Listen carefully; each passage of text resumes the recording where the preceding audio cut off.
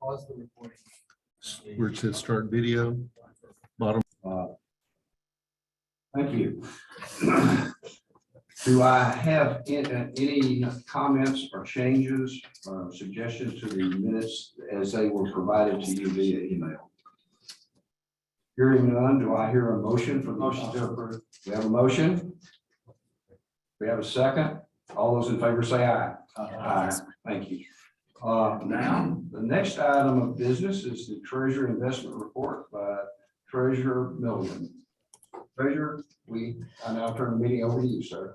Thank you, Mr. Chairman, and I will say, it's not going to be that much longer. You're all not going to have me to push around anymore.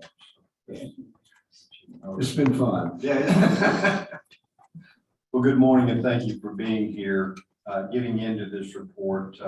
The third quarter of fiscal 2022, which ended March 31, saw a robust labor market along with the start of the Fed's plan to raise interest rates.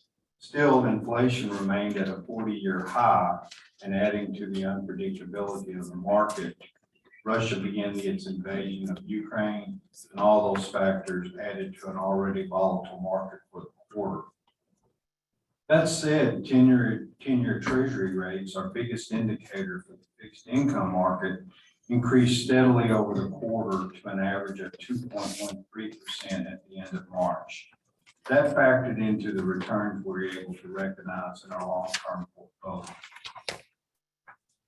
The long-term portfolio, made up mostly of mortgage-backed and government securities, as well as corporate bonds, earned $16.5 million for the third quarter of FY22, compared to $8.2 million during the same quarter last year.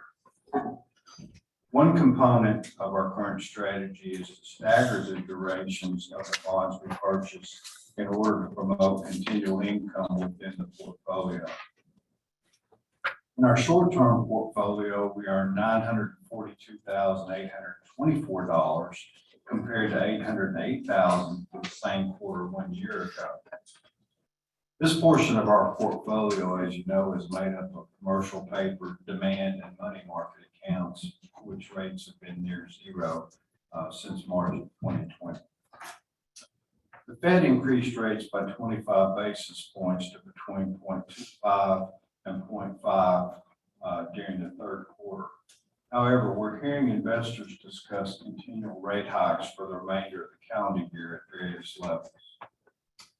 Hopeful that once rates begin to go back up, that our short-term portfolio will start to see increased receipts. For now, we're watching the market closely and prepared to purchase where it makes sense to do so as the rates rise. Our total revenue for the third quarter was $17.54 million compared to $9.05 million during the same time 1 year ago. Our quarterly book return rate was 1%, which exceeds the target range of 0.85 to 0.95% that this board set for the quarter. The total revenue for the 3 quarters of FY22 is $45.1 million compared to $24.2 million for the same period last year.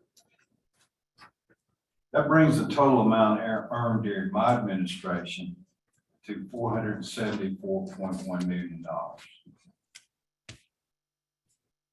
As we've been doing, I wanted to give you a snapshot of our total portfolio allocation as of March 31, 2022, the end of the third quarter.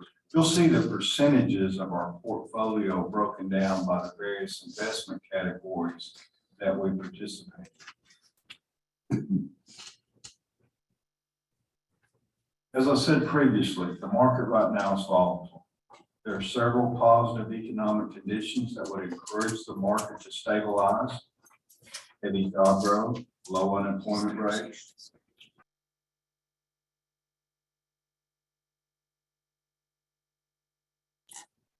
An important measure we're watching is the shape of the yield curve. The spread between 2-year and 10-year treasuries has typically been used to indicate the health of the economy. Currently, it's looking flat to inverted at times, which could signal a recession. These are just projections, and many investors are adopting a wait-and-see approach. They're watching to see how sharply the Fed will raise rates in an attempt to curb inflation down to a more manageable level. Meanwhile, our strategy is to continue maintaining stability within the portfolio, watching the market closely, making decisions on a daily basis with regard to where, how much, and for how long to invest. We continue to build upon the solid investment portfolio that we developed with the Treasury. We've created a foundation that I've steered through varying degrees of economic highs and lows over my tenure as treasurer. I'm confident we'll be able to navigate our way through these ever-evolving market conditions, just as we've done in the past, while preserving the safety and integrity of the portfolio. Mr. Chairman. Thank you, Treasurer Milligan. Does any of the members of the board have any questions of the Treasurer? I have one. I probably should have asked you at a different time. With regard to the interest rates and things that are going on that way, we will expect to see some movement in the return we're receiving over at least this period of time as interest rates for bonds and things like that because of the nature of our investments. Well, yeah, I mean, I think that's,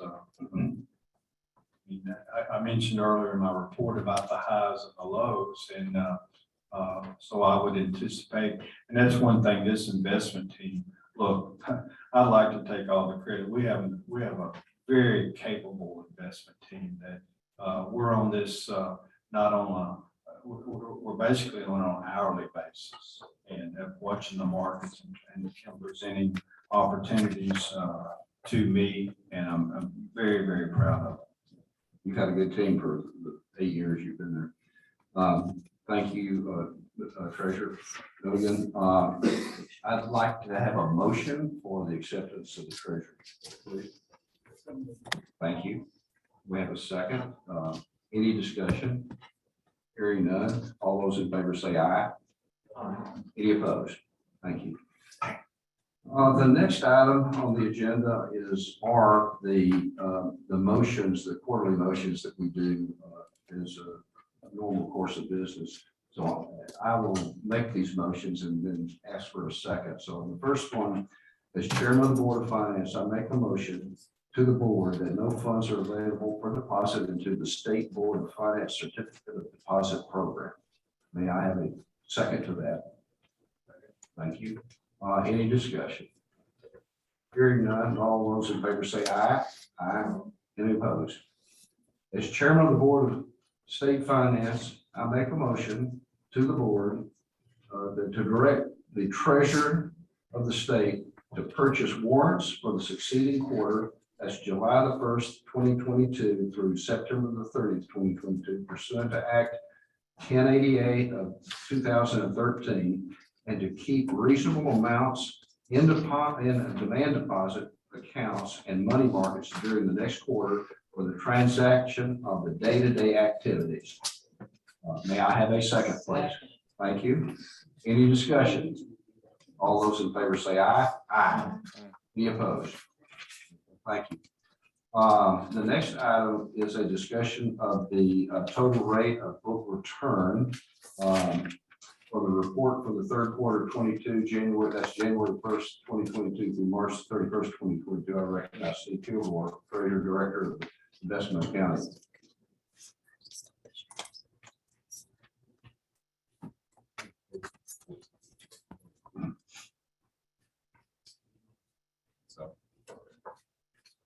So as Treasurer said, that positive trend in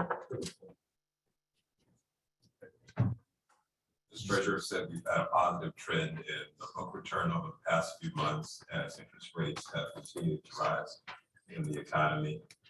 And for the last quarter, we were at about 1% for the third quarter as compared to 0.73% for quarter one and 0.839% for quarter two. So we're already right at 1%. And just looking at on a monthly basis, we're actually a little bit above 1%, 1.06%. So we think that our projections have a reasonable basis in what's already happened, and both in the short and the long term parts of our portfolio. So as interest rates have increased, we've seen increases in the rates that our banks are offering us. And although that's a small part of the overall rate of return, that's significant. And then we'll look forward to what may happen with longer term rates as the economy evolves. Any questions? Yeah, I have one. I mean, I know we're looking at first of all, but between now and the end of the year, you know, that the rate is going to right. Do you have any idea? Do you have any idea of a total number? Are you thinking 1% or more? 5 or 2 by the end of the year? So yeah, I was just asking. We're gonna talk about this quarter. Yeah, I just want to hear it. So currently Fed Fund futures predict another 8 basis point hikes from the current 25 basis point hike. So we'll see approximately 2.25% according to the Fed futures.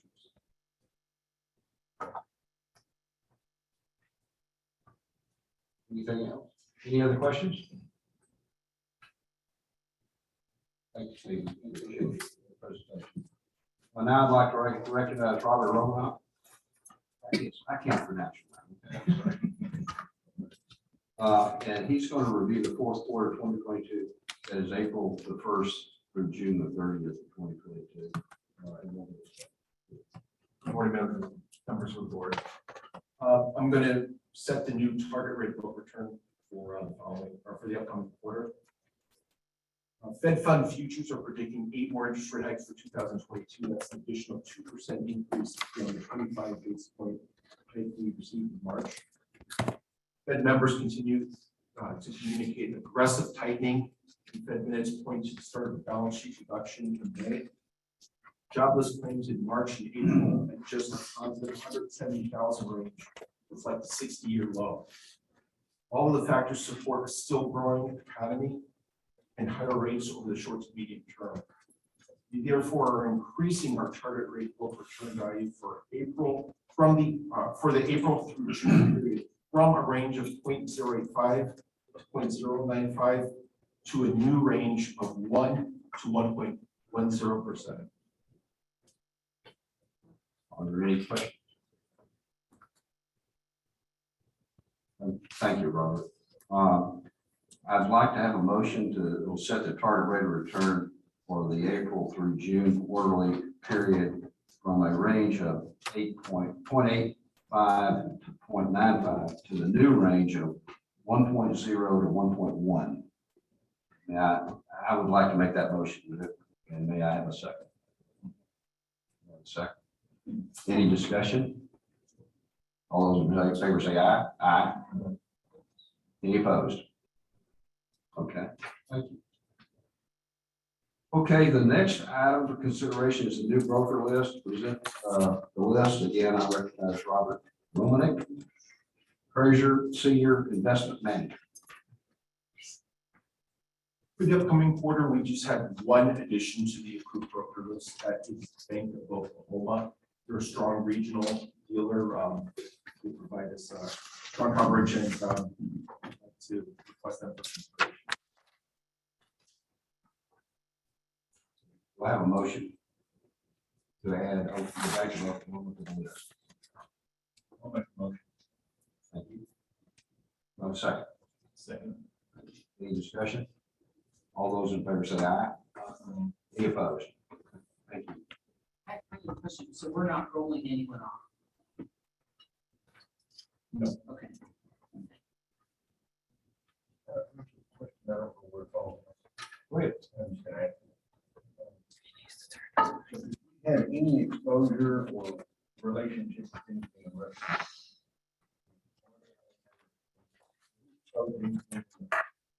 Not directly. So through our dealer connections, you know, we do have Citigroup as a coverage.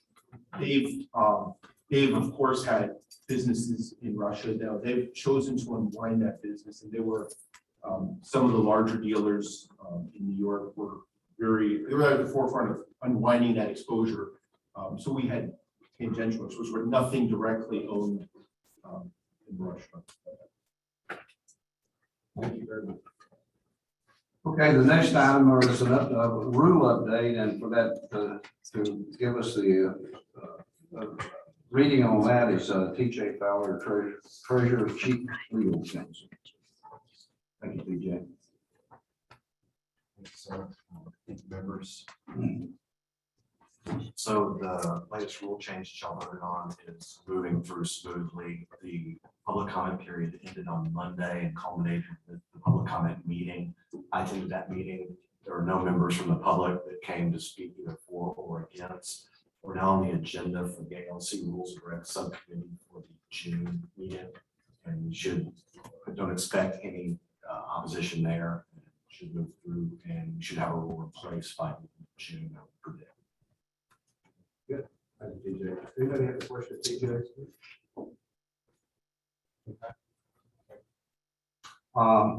The next item is the Chief Compliance Officer report. I recognize Alderman Sampson to give a report. Thank you, Mr. Chair. Thank you, Mr. Chair. Board members, over the past quarter, part of what I've done is research several financial and accounting associations. Auditor Lee suggested that last meeting. I did get a few emails from board members, which were extremely helpful. I did review. I wanted an association that would review and keep the training up every year, the continuing education. And I wanted them to have knowledge of government finance as well. So the Association of Government Accountants is what I actually ended up becoming a member of. And my primary attraction was that 68% of the members were government employees, local, state, or federal employees. And they also have a local chapter that meets monthly. And I was able to listen to Commissioner Marshall a couple weeks ago. She did a wonderful job with that presentation. And, I was speaking earlier that I've worked in that office for 22 years. You would think you would know everything about the banking industry or that part, what they do. But the presentation was really eye-opening on the changes that have happened over the past 10 years. Part of this membership is they give a certified government financial manager's certification. You have to apply, you have to qualify for the certification, and I have done both of those. Part of the qualification is a bachelor's degree, and then years of service in government finance. So over the next year and a half, I have to take 3 tests and pass those tests. They include government environment, governmental accounting, financial reporting and budgeting, and governmental financial management and control. So once that's passed, you receive a certification, and then to maintain that certification, you have to have 80 hours of continuing ed every 2 years, and then 4 hours of ethics training. So I was real happy that I found something I felt like I could continue my education and knowledge in this field. So I'm very excited about that, and if anybody has any questions, I'll be happy to answer. I do. So I didn't hear compliance in there in any of the training or the certification They do have education and compliance. It just is not, I just gave you the titles of these tests, but it does include the compliance part of it. Unfortunately, there's not a lot of associations that have come on board with a lot of compliance yet. So I felt like since part of the compliance duties are auditing, that the accounting side of it would be really good too.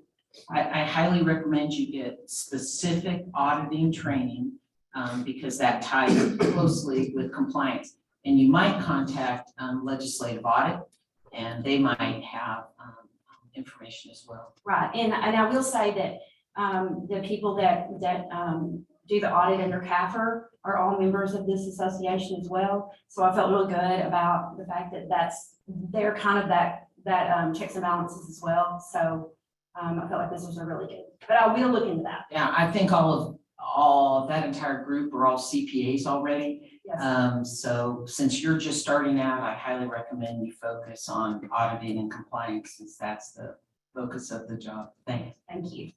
Thank you, Audit. Any other questions? May I have a motion for the acceptance of all of this report? Got a motion, any questions? All those in favor say aye. Aye. Any opposed? Thank you. We're moving along rather quickly. If y'all are okay, I don't see any inquiry at this point. I think we ought to just go ahead and move into the employee benefit division issues. First item is a contract extension. I'd like to recognize Jake Lee. Jake Lee, EDD administrator, to discuss his agenda. So I'm going to recognize you, and where I do have to make some motion, or I have a motion and approval, I'll intercede, but otherwise I'd like you to continue on with the agenda that you have that we've given to the board. Thank you, Mr. Chair. Good morning, everyone. My name is Jake Lee. I'm the administrator of the Employee Benefits Division. We have a number of items for the board's consideration, and I hope approval this morning. These are mostly housekeeping items related to contracting, which of course the board is obligated to do under state law, as well as presentation of the first quarterly report, which ED is required to provide to the General Assembly on behalf of the board. That report, with your approval, will be submitted here at the end of the month.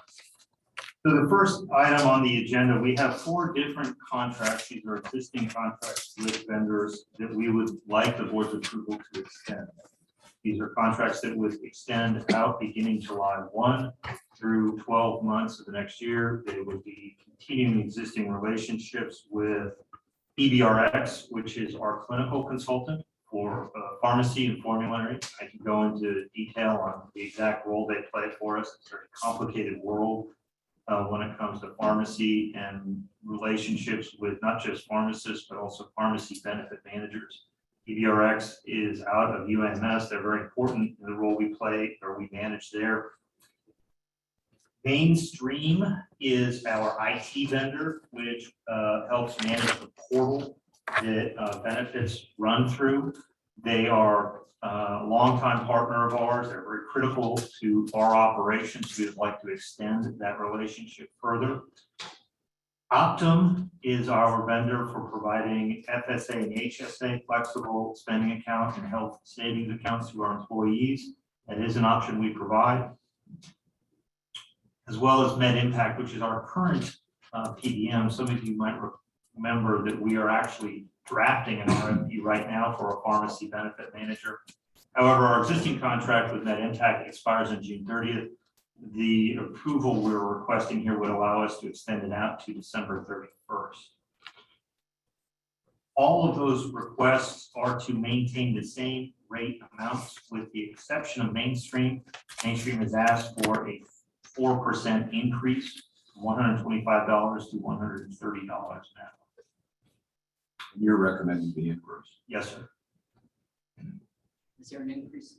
Are you ready for questions on this? Yes, yes, please. Is there an increase in services, or is it just? It's an increase in just the cost. As far as the scope of the services, no. And in fact, we've implemented a number of measures internally as far as training and utilization to limit who can call up the consultant and what they can ask them to do.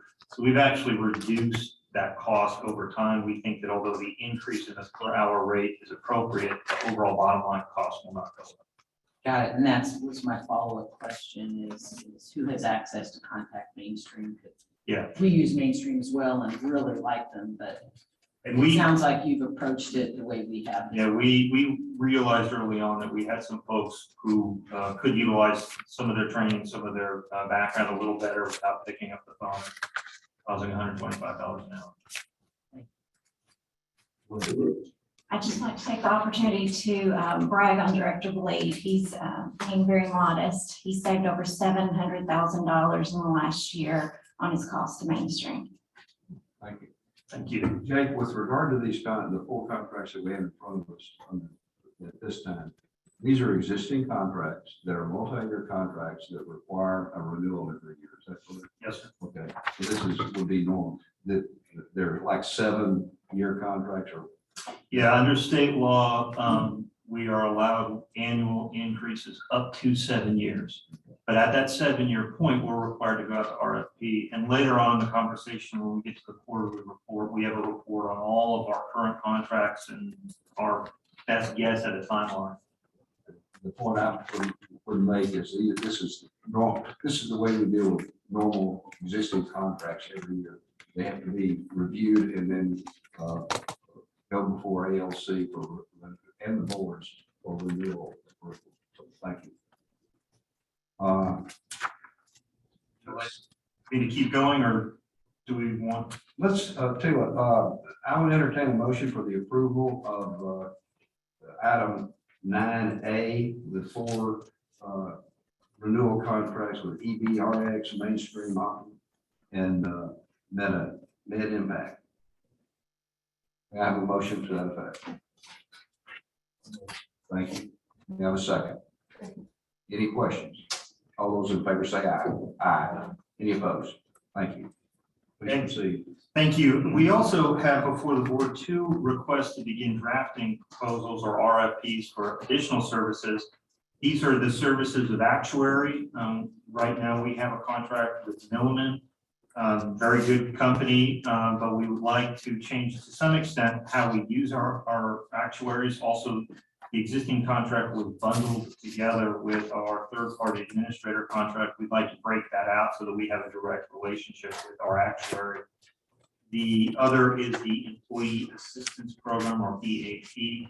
Right now, we have a contract with a company called New Directions. EAP is this interesting program that the EAP provides. It is a counseling program that we provide to state agencies so that primarily in terms of disciplinary issues. If our agencies have an employee who's going through some issues in their life, that's having some problems, we have a counseling service that we can refer them to in lieu of other discipline. The program, the vendor also provides training for state employees who might work in high stress circumstances or situations. You think about what some of our state agencies do, like run the prison system. They could be pretty high stress, and you can imagine where counseling would be helpful. They also are available in the event that we have some kind of event at an institution or at a state agency that would require group counseling. Both are they're very different. The EAP and the Milliman are neither of them are very big in terms of the financial impact, but the Milliman contract, the actuarial services contract, will be critical for us going forward. There's a lot of change going on in the market for group insurers, and so having a professional consultant who can advise us on that will be important. You're asking us to approve The drafting of an RFP. an RFP for these 2 different. Yes, sir. And with your approval, we will then come back later in the year with RFPs drafted, put out on the street, bids collected, and your approval for a future contract with them. Any questions?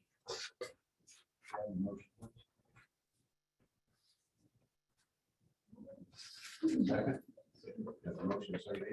Any additional discussion? Hearing none, all those in favor say aye. Aye. Any opposed? Number C. Thank you. So the next is not an approval item, but I did just want to take a moment to give the board an update on where we are with 2 existing procurements. The MAPD Medicare Advantage Plan is a new program recommended by legislative consultants, the Siegel Group. It would provide retirees for state and public schools the option of enrolling in a Medicare Advantage plan. We put that RFP out. We asked for some very high standards, I think. We really limited it to some of the best companies in the country. We have 3 vendors who have submitted responsive bids, and so we are now in the process of reviewing those bids. Our expectation is that we will have a contract which we would like you all to approve here coming in to May or June. So it's foreseeable that on the Medicare Advantage plan, we will be asking for a meeting of the Board of Finance for your review and approval of the MAP contract coming up. The pharmacy benefits contract, we have not finalized the actual RFP, so we've not been able to put out a bid yet. It's a very complicated industry, very difficult to write PBM contract. Our consultants, the Siegel Group, have been very helpful in putting that together. But our expectation is that that RFP will be put out to bid here very soon. Are there any questions on those two things? Good, okay. And then the final item is something that we've been working very hard on. Act 113 of the legislative session that just ended requires the Board of Finance, with the help of EBD, of course, to submit quarterly reports to the Arkansas Legislative Council on a wide variety of issues related to EBD. The law, and we've put together a report here that is in compliance with that law. The law lists a number of different bullets that lay out exactly what we're supposed to be reporting on, what the legislature would like updated on. And so we've drafted this report with the idea of creating something that can be recreated on a regular basis, something that can be archived, something that can be accessible for us. One of the things that it requires is financials. And this is something I'm particularly excited about, because to my knowledge, this is fairly new for EBD. I know that the actuarial firm for EBD has always had annual numbers. We've broken that down into monthlies. So there's two sets of documents that I would like to draw your attention to. The first is a projection page for PSE plans for the next 5 years. So this is going to go out to 2027. Next page 13. Yes. Okay, thank you. So we worked with Milliman, our actuarial firm, to put these together, but it is a projection based on our current understanding of how the world is going to work. Our head counts, how many folks we're going to have active, how many folks we're going to have as retirees, what our funding is going to look like, what our expenses are going to look like, and then what our reserves are going to look like. I'd like to draw the board's attention to a couple different numbers. First, on the funding line, you can see the state contribution for 2022 is $180 million. That is approximately $190 to $100 million more than it was just a few years ago. That's a reflection of the amount of money that the administration and the General Assembly have made available to public school teachers as a result largely of this last legislative session here, as well as $35 million coming in from the restricted reserve. The next number I'd like to point out to you is on that per participating employee funding line, that PPE line. If you move over to the amount from 2022 to 2023, you can see that that amount jumps dramatically from 108 million to 187 million. That's a reflection of the decision by the General Assembly to increase the funding on a per employee from $168 to $300. So those two measures really reflect a significant investment on the part of the state in public school employee insurance. The good news, all the way at the very bottom, is that reserve line as a percentage of expense, instead of being at 0, which it would have been in about February of 2023, is now at 31%. That is both a good thing and to some extent a challenge. The law requires that we maintain that number, that percentage between 12 and 16%. The 31 is a lot higher than originally envisioned by the General Assembly. The opportunities I think this creates for us are significant, and I think that we have a lot of work to do to help smooth out some of the different things going on in the PSE plan. One of those is, of course, when you look at 2027, you can see that in just a short period of time, that very strong, very robust reserve that the General Assembly has created is gone. So there's a great deal of volatility in the plan still that we are working on finding ways to resolve. Just for purposes of comparison, I would switch over to the AFC plan, where you see a similar population, a similar jump in state funding. And if you look at the reserve as a percentage of expense, it's much smaller. It's only 10%, which is arguably too low. But you do not see the drop going forward. It's a much more stable funding stream. So that's something we're working on internally and trying to figure out how we can bring up the ASE employees on level parity with PSE employees, but also keeping the PSE employees in their positive fiscal state. But if there's any challenge that I think that we face, it's making sure that what happened last year does not happen. Those are the annual numbers. I'll stop here if there are any questions. Sort of the projections show anything as far as any increase from the employee or state contribution, or is showing I know you're showing more employees. Or any types of inflation numbers. So under the adoption, under the law that was changed during the legislative session, that PPE funding amount will increase at a reflection of medical inflation. So that number you can see 187 goes to 199, goes to 211, goes to 225, goes to 239. That is the only increase in funding that we've built in.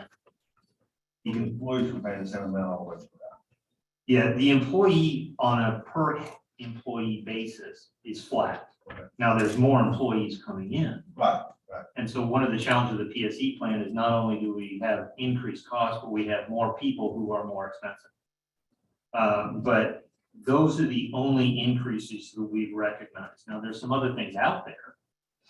We do anticipate increases in state funding and employee funding. We also anticipate changes as a result of the NAPD, potentially as a result of the PBM.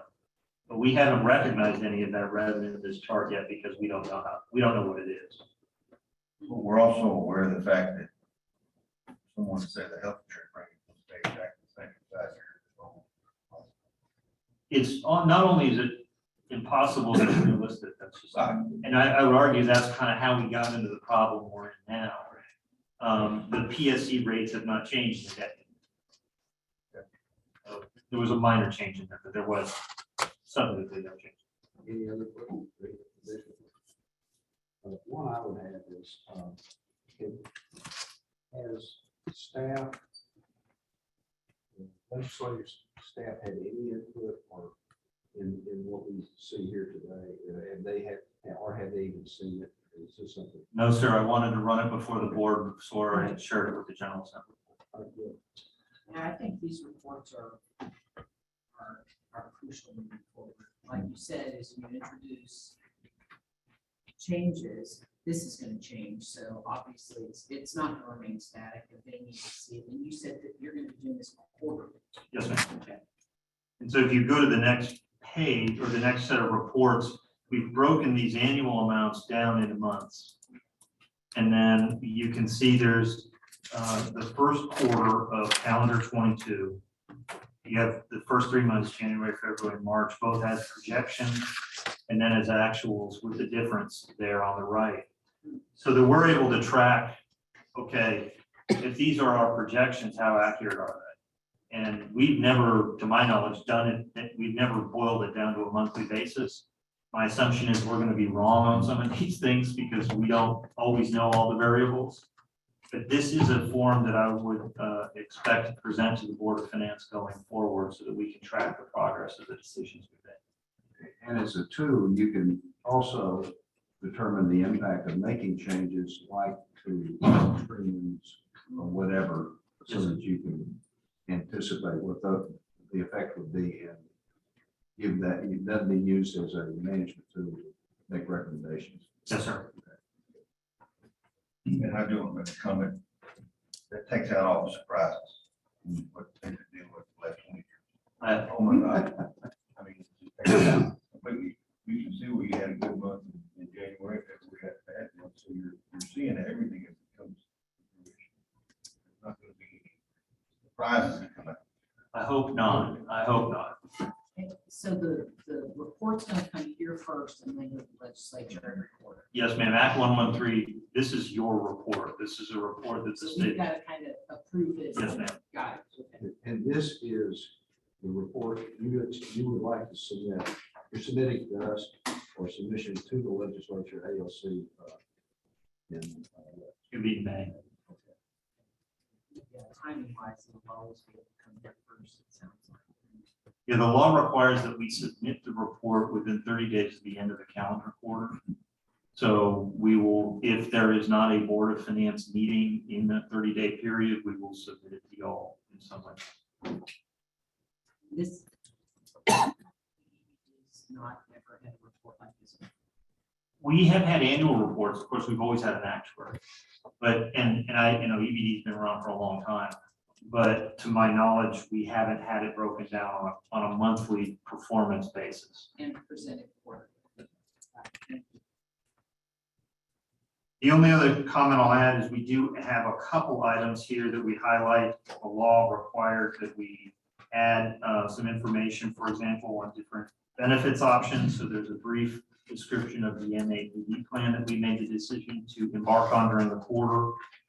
It also required we describe any cost-cutting measures or significant changes. One thing that we did do, began doing this quarter, was stop doing on-site wellness visits and instead ask members to visit their doctor. That is an $8.2 million reduction in costs. Now, a good chunk of those costs will likely not be a good chunk of those savings will not be realized because the employees are going to then go to a doctor, which we will have to pay for. But we do feel like there's a significant portion of that 8.2 million that will not be recurring as a result of our decision to do that. Are you ready for us to vote? Yeah, well, there's actually one more thing I do want to bring to your attention, and that is the Gantt chart at the end, which details all the different contracts that we are working on. All of these are going to come before you all at some point in time. One of the requirements of the report is that we report on contracting and issues with vendors.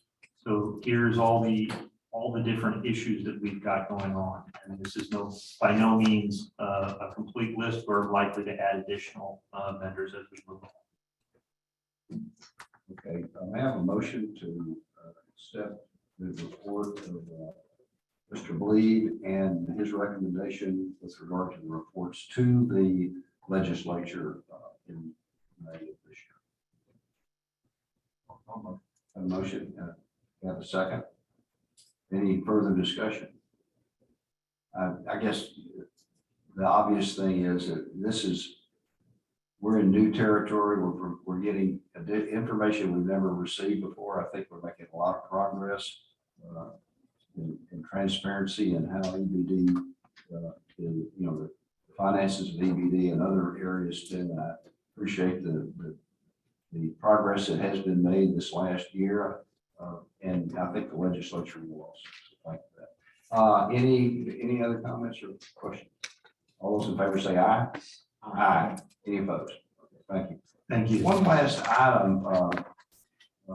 Mr. Bleed and EBD are preparing a request or have prepared a request to the American Rescue Plan for funding for expenses that they incurred or have incurred because of the pandemic. So I'd like to tell us about that. The pandemic was obviously something that was not foreseen by anyone, including the state's health insurance plan. With the arrival of COVID-19, the federal government enacted a number of requirements on group employers, including EBD, to incur 100% of the costs associated with COVID-19. Not only was it specific to COVID-19, but it was other costs such as telemedicine. So telemedicine services, so that employees didn't have to go to the doctor, even if it wasn't COVID related, they could bill the plan for telemedicine. We ended up spending over the last year $52 million in costs associated with vaccinations, with testing, with COVID-19 specific diagnosis codes, and with other costs that we were able to tie specifically to the COVID-19 pandemic. That breaks down into $31 million for the public school employees, $21 million for the state employees. We've been working with DFA to request consideration of reimbursement of those costs from federal American Rescue Plan money. Right now, my understanding is that request is before the steering. We don't have one scheduled for, at this point in time. And the other thing also is, we are receiving the money from the federal government in two tranches. The first one we received middle of last year. It was $780+ million. We are getting close to exhausting that money. So the next amount, the tranche will be, we expect to be in the August timeframe, and then another $780+ million. That'll be the time in which we would entertain this proposal. Yes, sir. Anything else? No, sir. Good. Anything else to come before the Board of Finance today? Seeing none, I will say this meeting is adjourned. Thank you.